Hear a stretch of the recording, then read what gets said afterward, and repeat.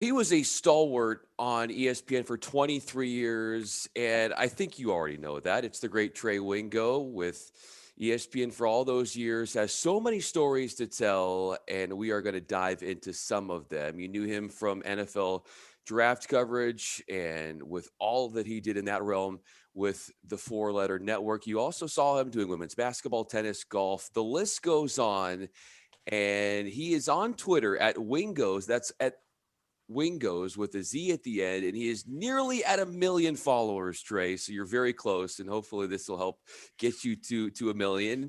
But I'm Bryan Fenley, an anchor at Fox Sports Radio, and I want to start here, Trey. What was it like trying to impress your dad at an early age?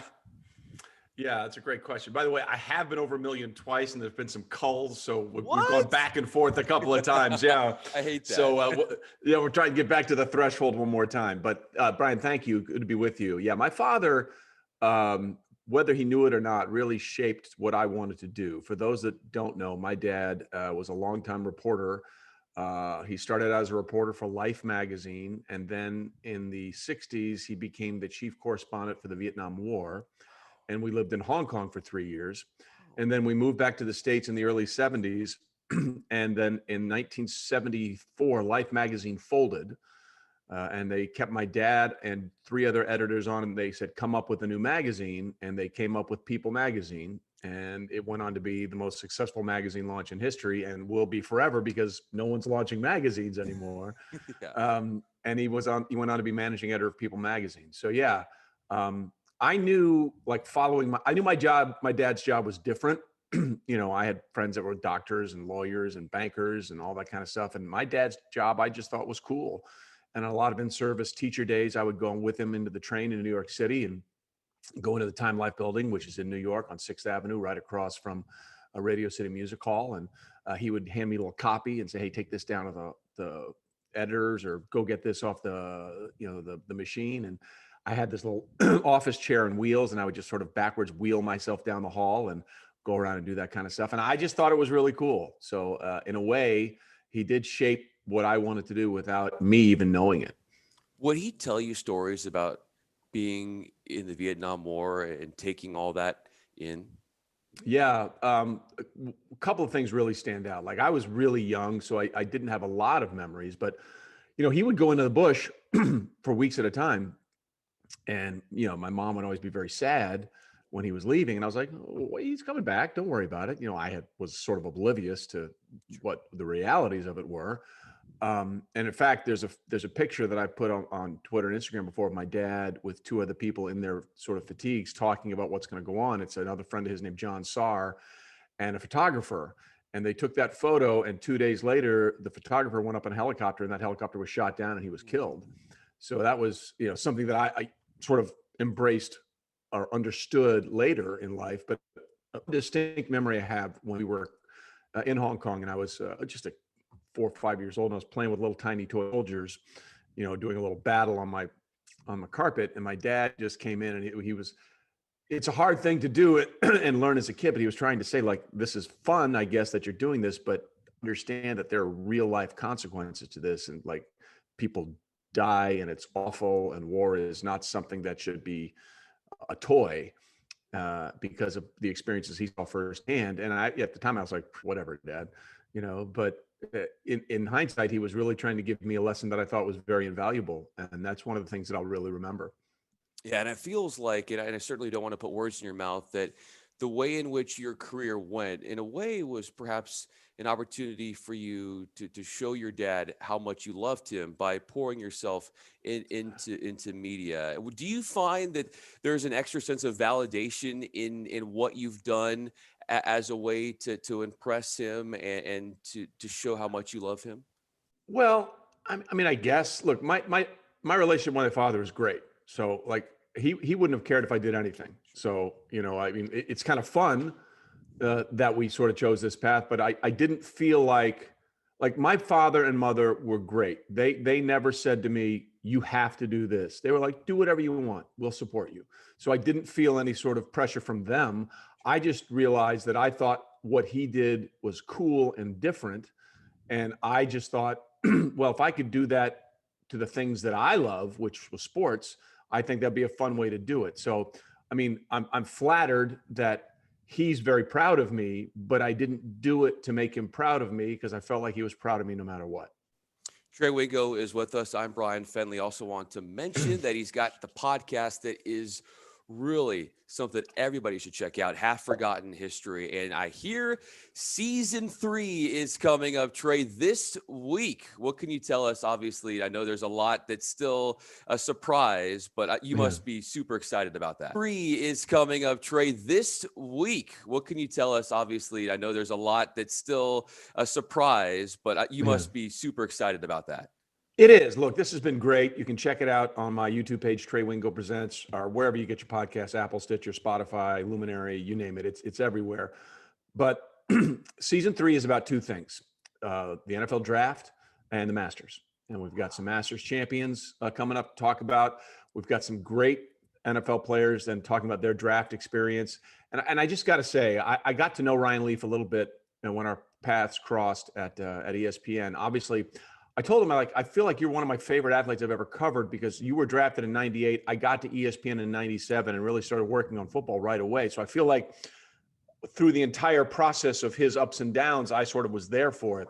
We had a fascinating hour-long conversation with Ryan, who was just so open and honest about his journey. And I got to say, without sounding like a douche, I'm really proud of him. Like I'm proud of a guy like Ryan who went through abject disaster and has found a way to fight his way back and become just an awesome guy. He was with us on the set of NFL Live for Super Bowl 50 when he had just gotten out of jail and was just beginning his sober life experience. And it was ironic because Peyton Manning was playing in his 4th Super Bowl, what would be his last, and he would go on to win his 2nd.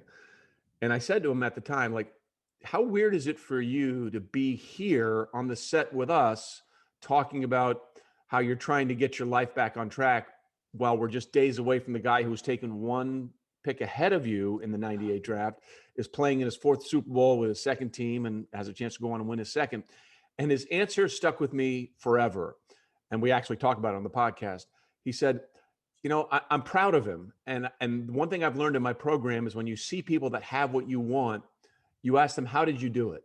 Because I couldn't do it. Like I fell on every single step and fell for every trap and every mistake, and he didn't.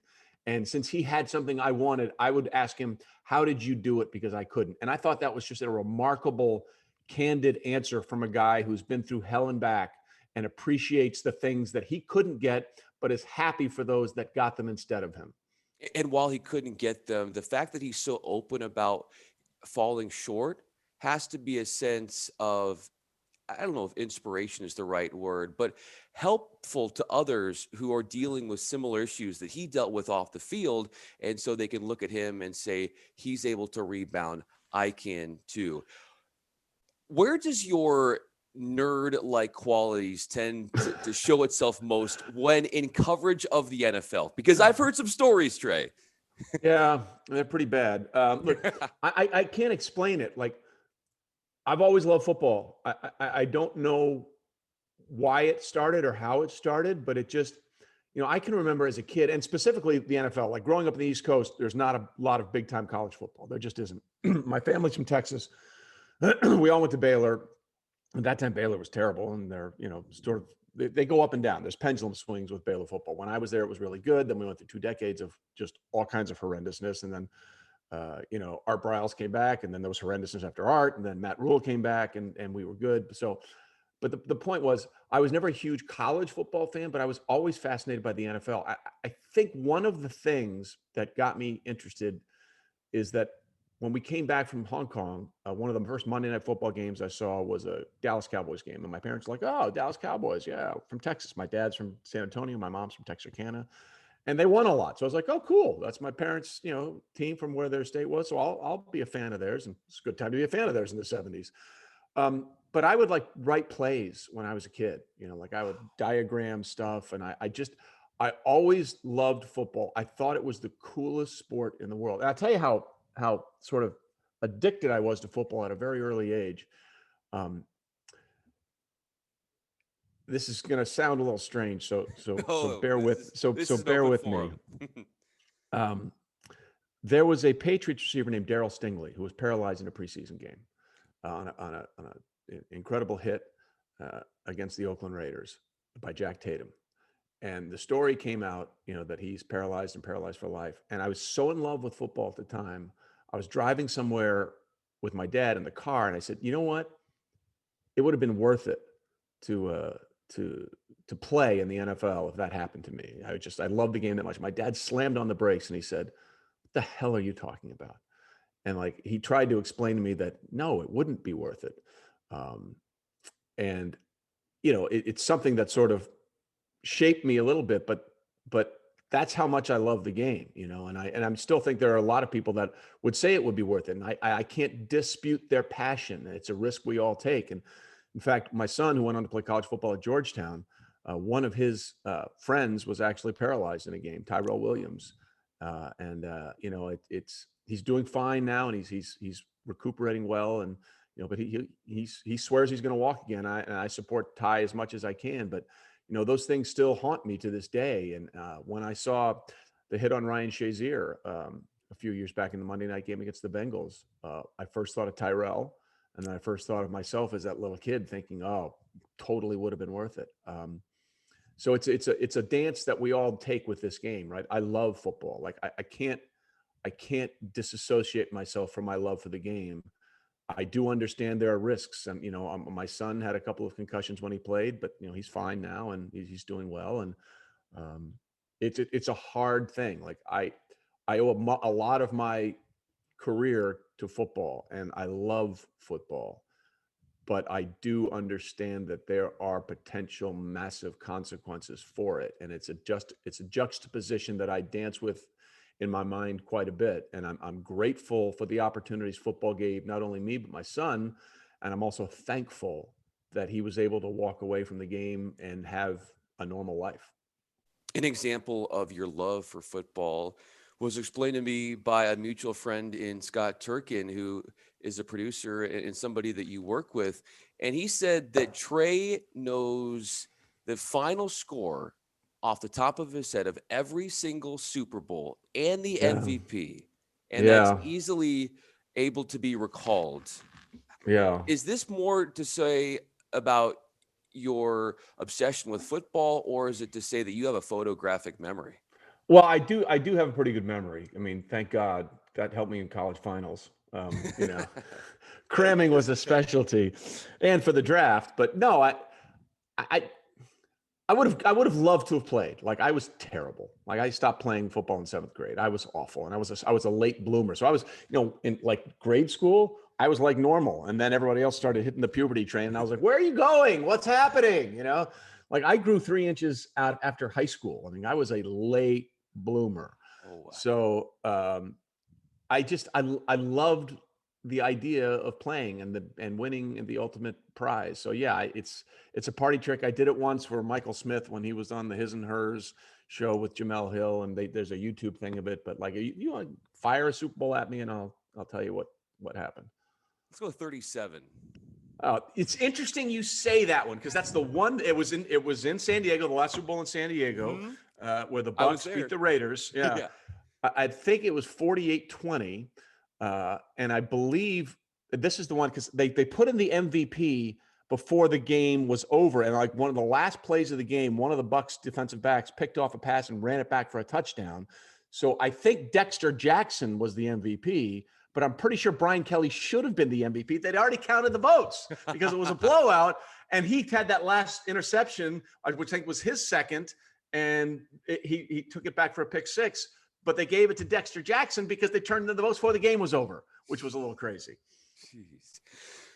Obviously, your memory is showing itself right there. And so now you have this opportunity, Trey, where for so many years you were with ESPN, and now it's like you have no strings attached, and you have the freedom to venture into different entities and do different things. What's empowering about this new stage, this new chapter in your life?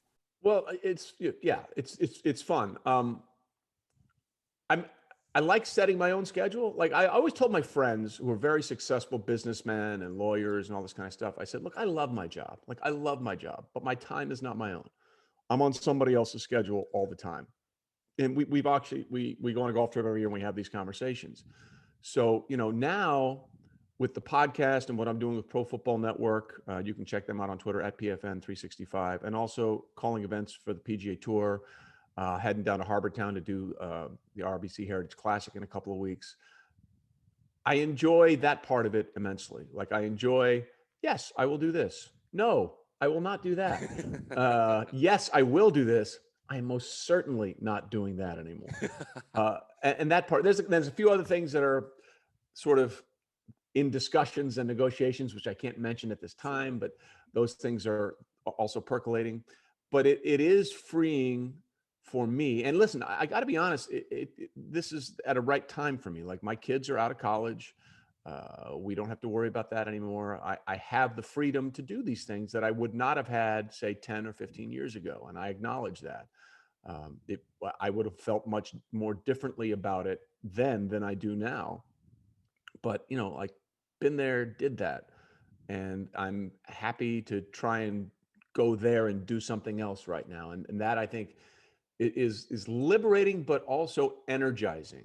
You go, like there was a friend of mine named Bill Pito who worked for me for Sure. years at ESPN. In fact, really weird side note, my first TV job was in Binghamton, New York in the late 80s. And at that time, Bill Pito, myself, and Carl Ravitch were all there in Binghamton, New Oh York my at the same time. gosh. We all three ended up at ESPN for many years, and Bill is now doing great work for MSG Network. But Bill, when I first got to ESPN, he said, Trey, the one thing you have to worry about is the M&Ms. I'm like, what are the M&Ms? He goes, the monotony and the malaise. As it's the same thing over and over and over. Feed the content, feed the content. And it didn't really hit in with me for a while because I was loving what I was like. I loved NFL Live. I loved doing that show. When we started NFL Live, it was a half-hour show on ESPN2, Tuesday through Saturday with no set time. Sometimes it was on 6:30. Sometimes it was 8:30 at night. Sometimes it was on at 4 in the afternoon. You just had to sort of hunt for it and find it. And through our hard work with guys like myself, Golick, Schlereth, Sean Salisbury, Darren Woodson, Tim Hasselbeck, Merrill Hodge, Ron Jaworski, Ryan Clark, Damian Woody, Herm Edwards, my road dog. We turned that into primetime must-see programming, not primetime, but must-see programming every afternoon from 4 to 5 on ESPN. I'm really proud of that because NFL Live was a throw-in for the NFL contract. They said, oh, yeah, we'll put on a show. And they had no expectations. And the ratings that we got for that show were phenomenal for that time of day. They were amazing. And when I left, there was a senior executive that sent me a text and said, you set the blueprint for how to do a daily sports show on a sport. So thank you for your time and efforts. And that meant something to me. And I loved that part of it. But towards the end, you know, you get to the M&Ms and how do you fight the M&Ms? And that became problematic for me. And now I'm at a point where I don't have to worry about the M&Ms. I worry about the almond joys and the joys that I find in doing the things that I love very much. And the response that I've got from people that are happy that have the ability to do that stuff has really been rewarding. So that's been really, really fun. When you left ESPN, you also got a very nice heartfelt message from Adam Schefter on Twitter, where he said, quote, Trey Wingo is the man, close quote. Why was he so right about that? Well, look, let me put it this way. I'm happy that he said that. I'm thankful for many other notes that any other people said.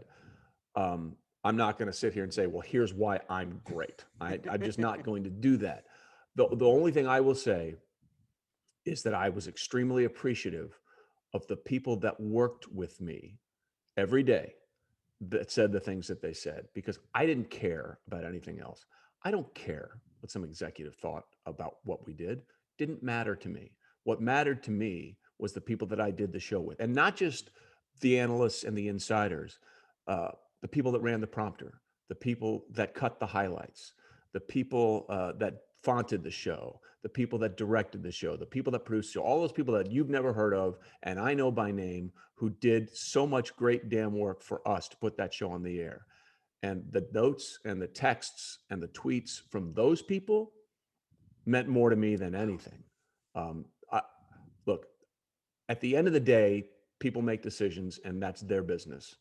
What I was happy with was the people that I worked with on a daily basis. We were good, and they were very appreciative of my time, and I was very appreciative of their time. That is more than anyone can ask for in this business, and I'll take that as a victory lap until the day I die. How appreciative is Ryan Clark of you? You know, Ryan is an amazing person. And I'm sure you've heard the story, and I'm happy Yeah. to tell it again here.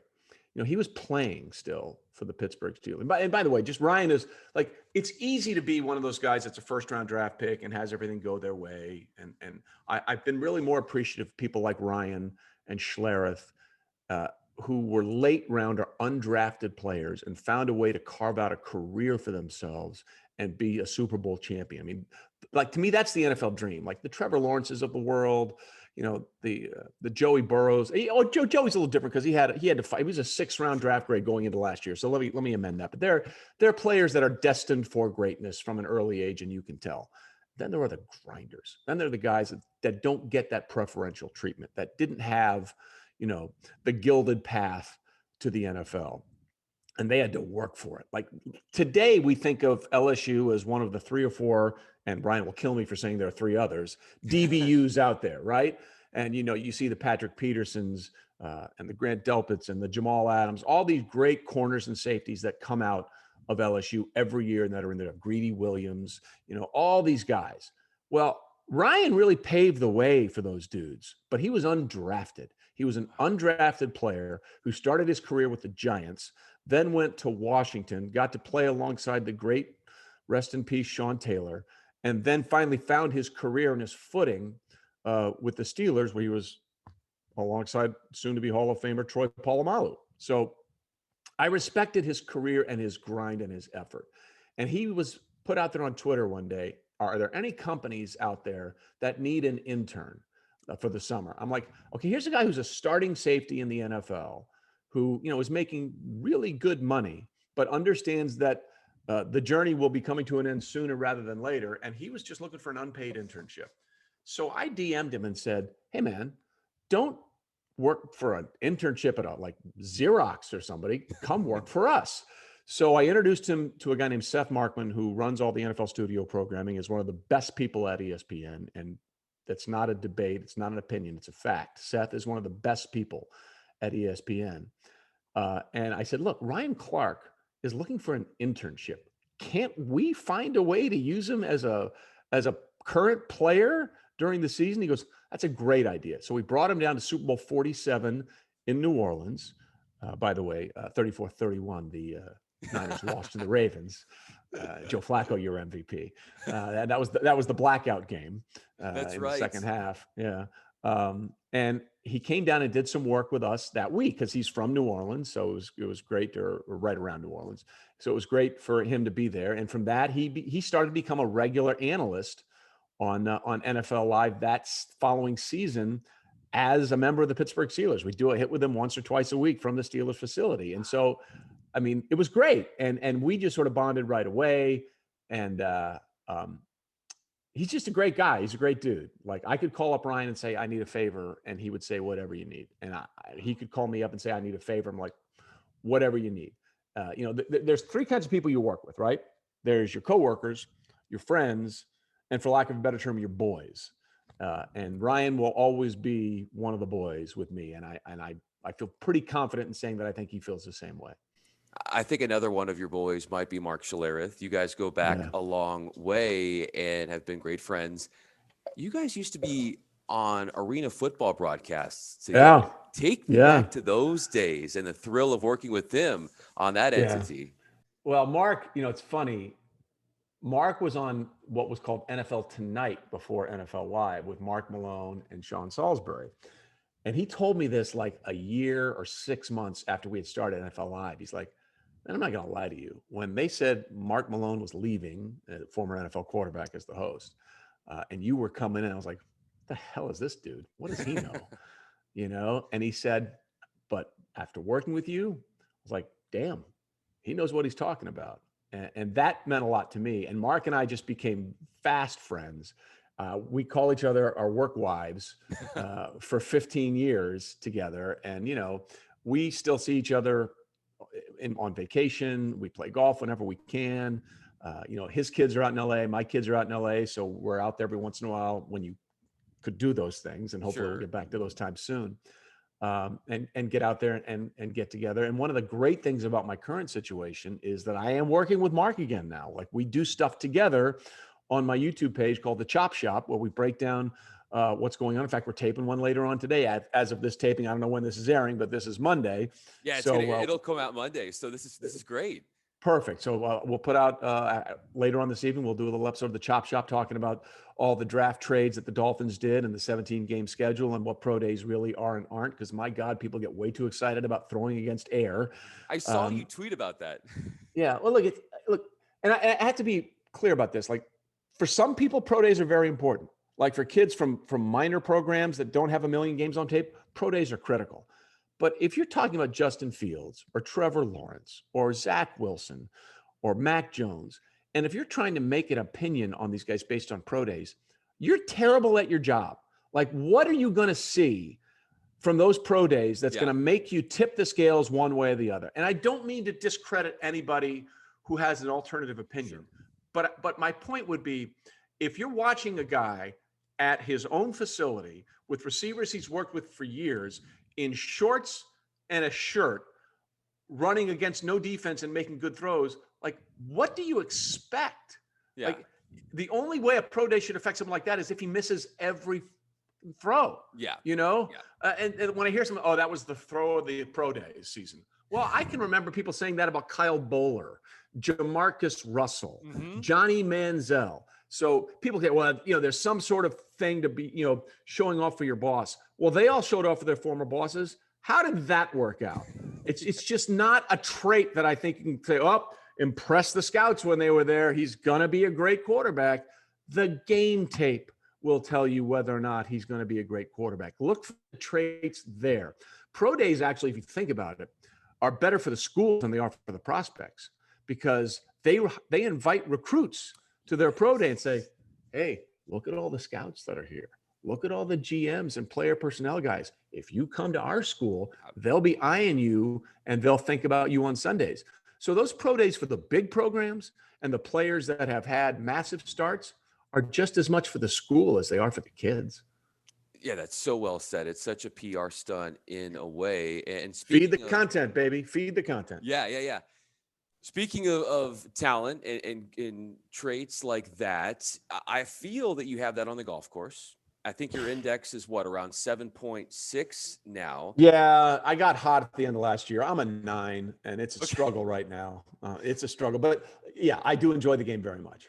So, and you work in golf. You're doing, like you said, you got an event coming up with PGA Tour Live. You also worked prior this year at Torrey Pines.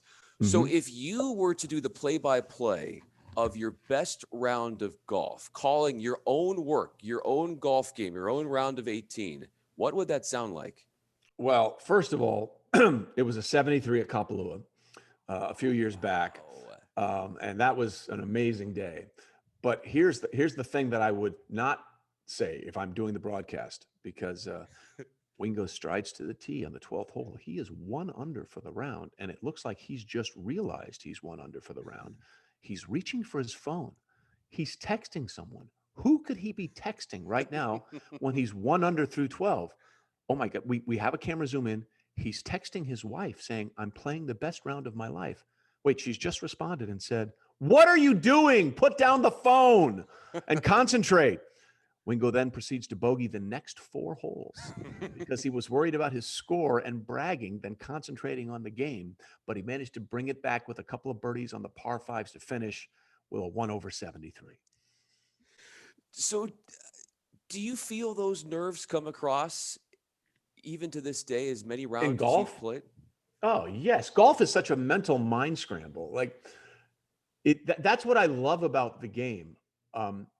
I can play 4 holes like I literally am really good. Oh, tee to green, no problem. Couple of putts, just missed them. Chip shots, great. And then you can go 4 holes and it's like, what is this thing in my hand? And it's all here. It's all here. I had my pro at my club say, "You are the best multitasker I've ever seen." And that kills you on the golf course.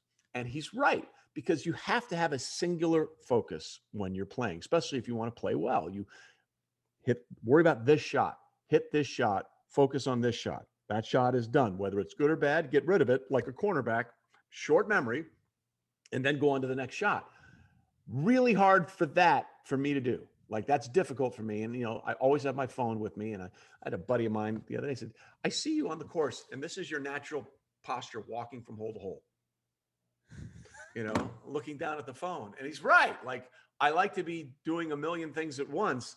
And I find that I play my best golf when I'm not thinking about anything else. I'm not worried about anything else. And it's just me on the golf course. And I have no other obligations or responsibilities, but I'm my own worst enemy in those lines. Because, if I just stay over the ball and say my swing thought and concentrate on that, everything's great.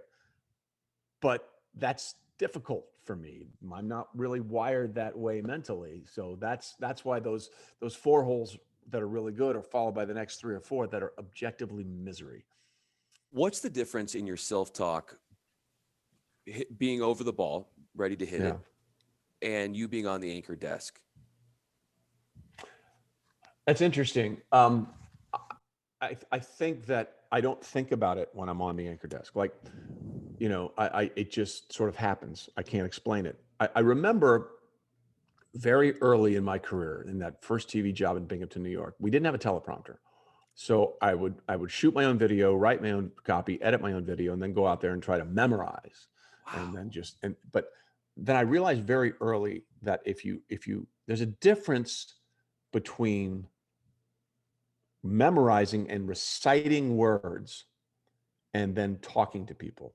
Yeah. And I think that's the key in television or in any visual medium, whether you're over the top on a digital platform or whatever. What I mean by that is it's a one-on-one connection. Like, no matter how many people are listening to you or watching you, you have to look at the camera as if it's a person.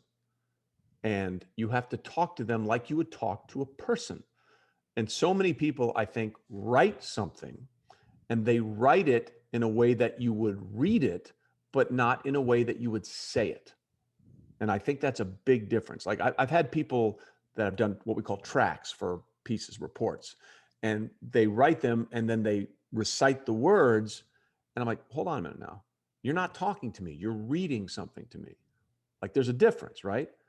I would say the way I'm talking to you now is not the way I would write something and send it to you.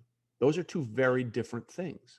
So I think the hard part for a lot of people, especially who are reporters by nature, it's hard for them to translate to the conversational skill of talking to someone, especially when you're tracking a piece. So at an early age, I thought to myself, don't look at the camera, look through the camera. And behind that camera is a person. And you're having a conversation with one person, not 1,000 people, 100,000 people, 1,000,000 people. You're talking to one person, and you have to have the ability with your eyes to sort of look at them and not at a lens, and talk in a way as if you would talk to someone, not in the way as if you were writing an email or a letter or something like that, because they're 2 different things. And you know this from your time, as a on-air personality. How you write something and how you say something are very different. And you have to write something, but say it the way you would say it as if you're talking to someone. How would you describe it in talking to someone when you mention to them that you have black bears that show up at your house? All the time. They were here 2 days ago. It just sort of happened. Like, we were we have a little fire pit in our backyard. And last year in the spring, we had about 15 people over. And all of a sudden we look up and this black bear coming our way because he's smelling the cookout and the pizza. And so everyone sort of scrambles inside. They're usually fairly docile around here. So I sort of said, "Shoo, go away." And then we started following him, and we just took a little. Follow the black bear. Yeah. Wow. Well, I'm not going to run up to him and go, That would be stupid, especially if they have cubs with them, but they're here all the time. I mean, they're in the yard all the time. Our neighborhood is just, on the golf course here, it's very prone to have a ton of black bears around here. And they're usually fine. Now, if they have their babies with them, give them, like the line from Red October, let's give this American a wide berth, because that's when they get in trouble. In fact, our dog a few years ago smelled the bears and ran out and like is running towards the bears on the golf course. And my wife is screaming, Dunder, come back. And he goes in and literally gets face to face with a mama bear. And there are 3 cubs behind him. And he realized then, yeah, this is a bad idea. And he starts to turn around and leave. And the bear takes one paw and just goes, whoosh, and just basically gave him a love tap, said, look, Wow. I could mess you up if I wanted to. We hear a little whimper and he comes back, and we couldn't find anything through the fur, but then we thought, let's take a look. And we took him to the vet and they shaved his back, and there were 3 puncture wounds and a scrape from one of the claws. And so luckily it didn't do any real damage, but we got it disinfected and all that kind of stuff. But that bear, if it wanted to, could have had my dog for breakfast, and he was a 100-pound lab. But that was just a mama bear saying, hey, understand, you need to back off. And this is a little love tap. Like, I could do a lot worse, but I'm going to let you go with a warning this time. So when you see them with their babies, you give them all the room they can, but normally they're looking for food, man. They just run around. We have to keep our garage doors closed because, the trash cans are in the garage, and the last thing you want is a bear digging out the garage. And, oh, by the way, here's my car, scrap, scrap, scrap. So the garage doors stay closed this time of year for sure. That dog of yours, Dunder, if I'm not mistaken, Trey, just turned 14. He did. What can we learn about the way he's lived his life? Well, we had his sister Kona, who passed away a year ago next week, so that was kind of sad. But Dunder has been great, man. The line about chocolate labs is they're beautiful, but they're really stupid. And it's true. Like when we brought them both home as puppies, like Kona was the black lab and she was running around the yard, sniffing everything. Dunder sat on the front porch and chewed his tail for 4 hours. Like that's who he was. He was just going to chill out. And so he's been sort of the jovial, like Kona was the inquisitive one. She was always running around trying to figure things out. Dunder's like, whatever, I'm good. Just feed me, scratch me, and I'll be happy. And there was a time where I would put them both in the golf cart and we'd drive around, and they loved that. They thought that was cool. But towards the end, Kona couldn't get in the golf cart anymore, and Dunder's sort of getting to that spot. So we're just, we're happy he's still here, and we're happy to have his companionship, and hopefully we'll keep going for a while. Trey, I'm just happy to have you. This is such an honor. Trey Wingo with us. I'm Bryan Fenley. This is going to be my last question, Trey, because I certainly appreciate your time and the storytelling that is so rich and so entertaining. And that is, as far as Damian Woody, and I see on social media the love that both of you guys share for one another. Explain that to me and to the audience, and how deep it is, but that relationship between you two. Yeah, well, Damien was another of those guys who I remember working the draft when he was drafted by the Patriots that year as a first rounder.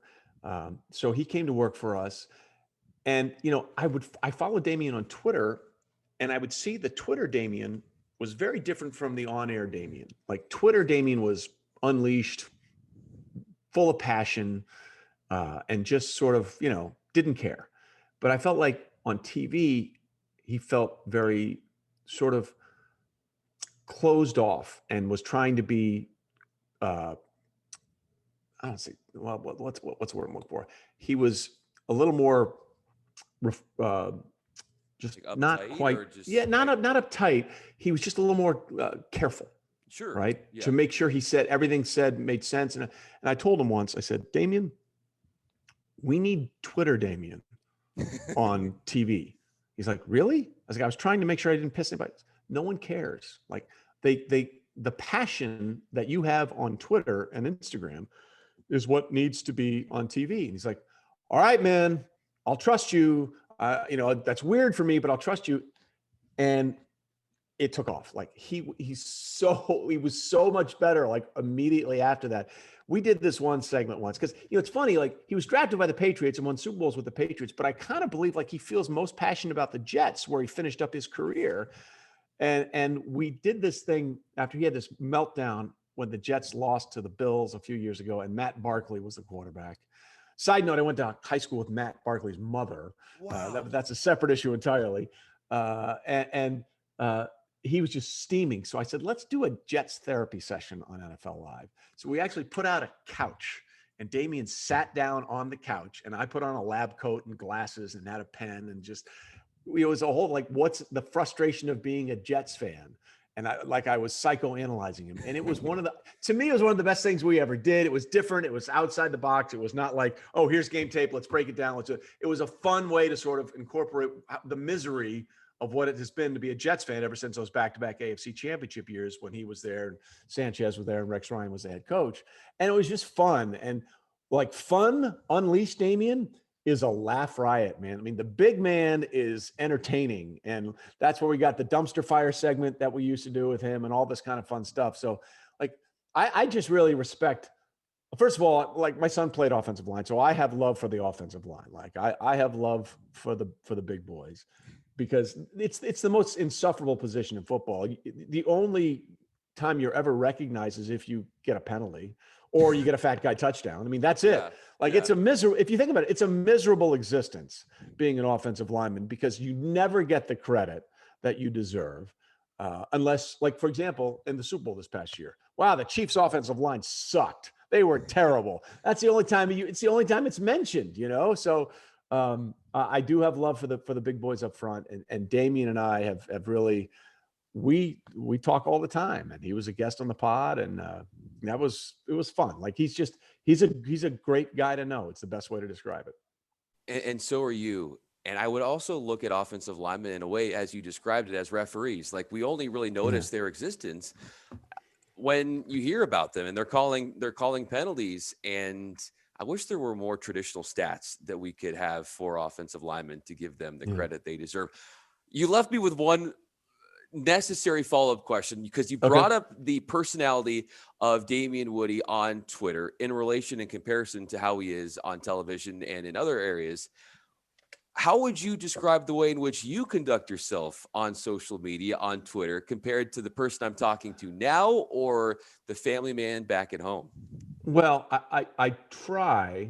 I don't always succeed, but I try to do it the same way. But, like, for example, there was something that happened this fall.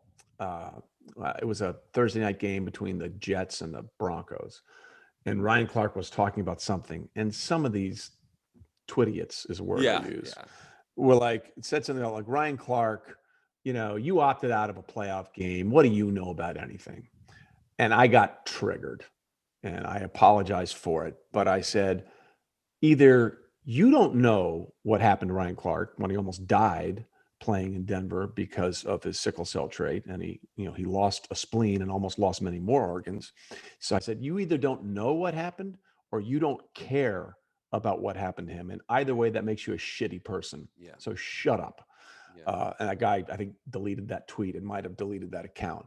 Now, in hindsight, did I need to say that? No, but don't come at my people with ignorant statements, is the way I would say. You can have your opinion, but when your opinion is based on stupidity, I'm going to call you out for it.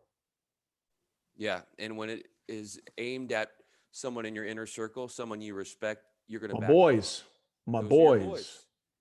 You have a lot of respect for those that you've worked with, and that was one of the people in which you helped grow in this business and make them who they are today. And he would have been great no matter what. He would have been great no matter what.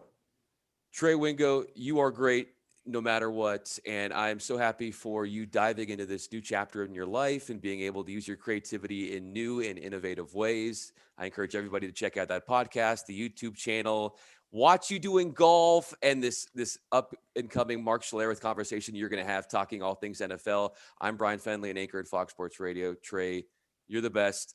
Next time you get out to LA when it's normal, would be awesome to see you, and really appreciate you. Yeah, no worries. Happy to do it, Bryan. Thanks.